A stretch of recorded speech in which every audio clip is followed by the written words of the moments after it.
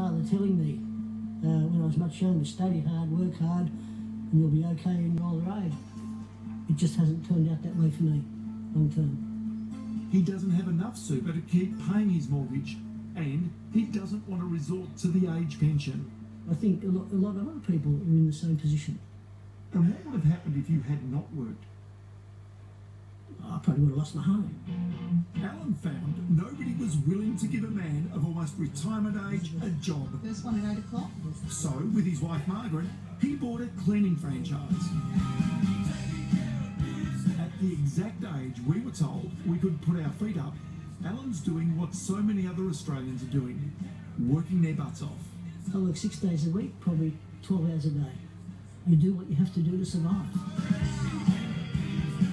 This trend towards more older workers is really easy to show you with our living example.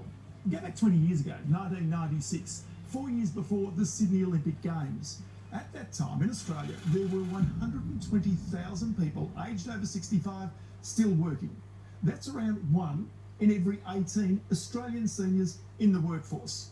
Fast forward to today, there are now almost 500,000 Australians still working over the age of 65. That's around 1 in every 8. And this trend is only set to continue. Australians have collectively saved more than $2 trillion for their own retirement, most of it through the compulsory 9.5% taken from your pay. But it's not enough.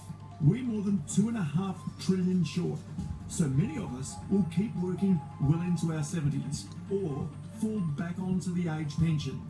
And even though there's not enough in the retirement pot, politicians want to make it even harder for you to save.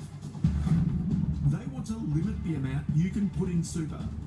25 grand a year before tax, or $500,000 from after-tax savings during your lifetime. And they're slowly lifting the retirement age, forcing you to work longer. The result?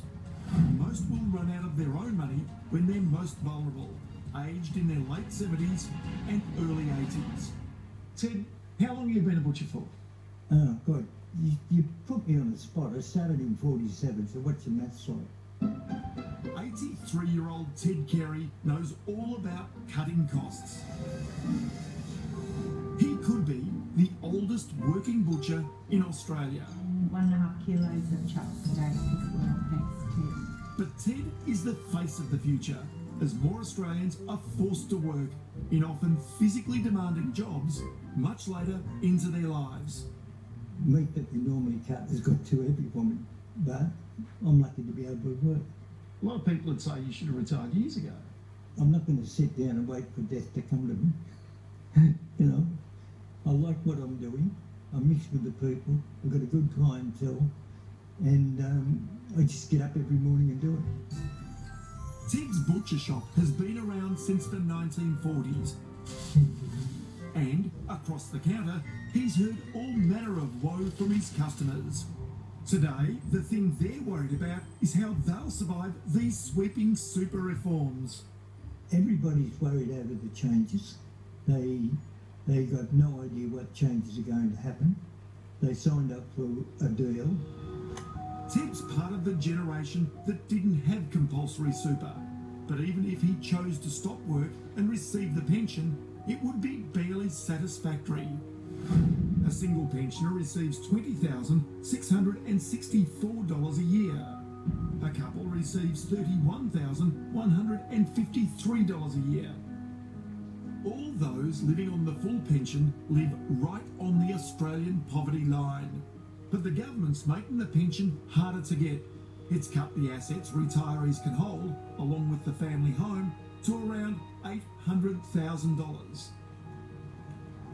So Ted keeps going to work 6 days a week, week in, week out. I can't play golf anymore. Bowls is only an old man's game. Hang on, Ted. You're 83. It's got to keep working. So do you reckon you'll do this until you drop or not? Why not? You know, but, I don't know about till I drop, but I won't know anything about that. Eat plenty of meat and you'll be right. Yeah. The Ramblers skydiving mob from Toogoolawah in country Queensland are not your average group 65s, except when it comes to being annoyed about their retirement savings. This group is called SOS. No, not Save Our Super, but skydivers over 60. And they know all about risk. And it seems that I'm learning. If I live till I'm 90 or 100, I'm not going to have any money at all, am I? And the cost of living does keep going up. They're especially miffed at what they see as the retrospectivity of proposed changes.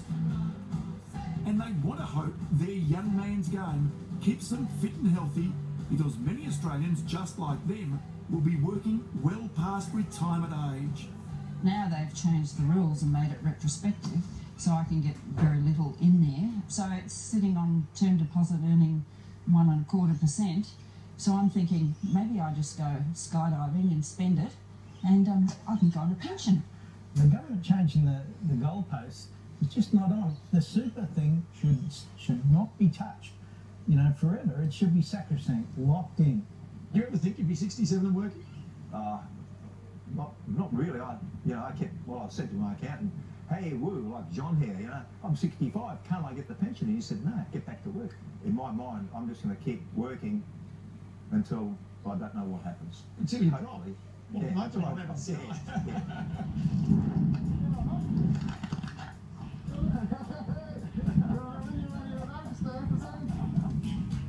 But don't think, even for a moment, that it's just the odd few that will be left dangling. The government is playing a numbers game with your super, and they are very big numbers. It says around 500,000 people will be affected by its changes. But just think, 500,000 people. That's the population of the Gold Coast, Australia's retirement capital. But the superannuation industry says it's many, many more. It says 1.25 million people will be affected by these changes, and it will grow as people in their 30s, their 40s and their 50s enter their retirement years. Others may not go to quite the same heights, but many are being forced out of the big cities to survive. The natural beauty of Mallacoota on the New South Wales-Victorian border, 7 hours drive from Melbourne or Sydney, is almost priceless. Chilly this morning out here, isn't it? But for many older Australians, this idyllic picture is not as pretty as it looks. They face moving out of the big cities, often hours away from their grandkids, to make their retirement dollar go further. We needed to actually sell our place in Melbourne to move somewhere where we could better afford to live and have some money to put into super. That was the bottom line. We would not have been able to continue to afford to live in that house because we wouldn't have had the super to do it. How many cloves of garlic do you want? Rowan Rafferty and his partner Jan Wild are self-funded retirees, but they work a few hours a week from home to stay that way. And this is where the new retirement rules seem plain stupid. It certainly seems that there's not a great deal of encouragement to have people actually save the amounts that they need to.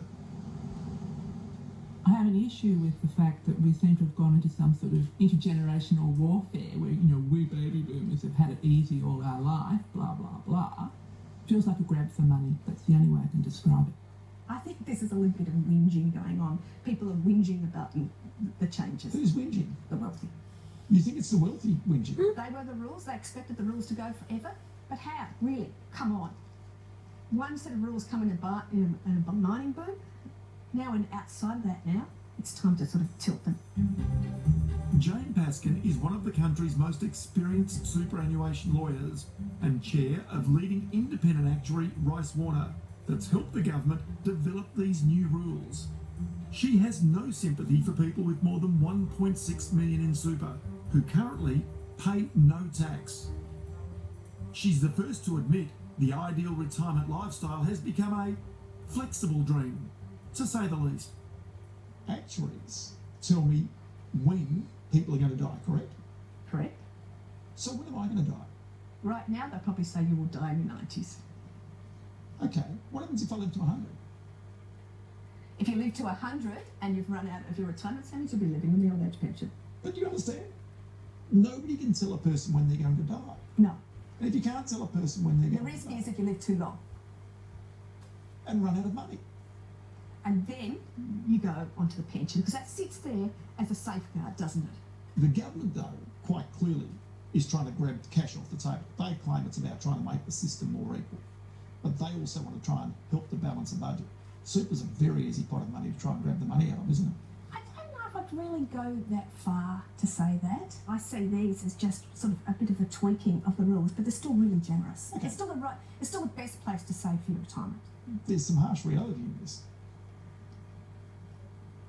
Yes, but I don't think it's a broken contract. What we're seeing now is rules that were tilted to the wealthy coming back a bit, and that's all. But don't tell that to the choir. This tilting of the rules doesn't just hurt retirees. It's younger people in their 30s and 40s who are most affected by this change of tune. I'm not going to be able to retire on my super because there's no way I'm going to have enough super, let alone the government wanting to introduce a double tax, which I just think is totally unfair anyway. And I don't even know what they're going to keep doing. Are they going to keep changing the rules and keep making it actually worse for us young people? I think it actually affects us more now than it even does for like my parents or grandparents' generation. Can you find a hat? Where's the hat?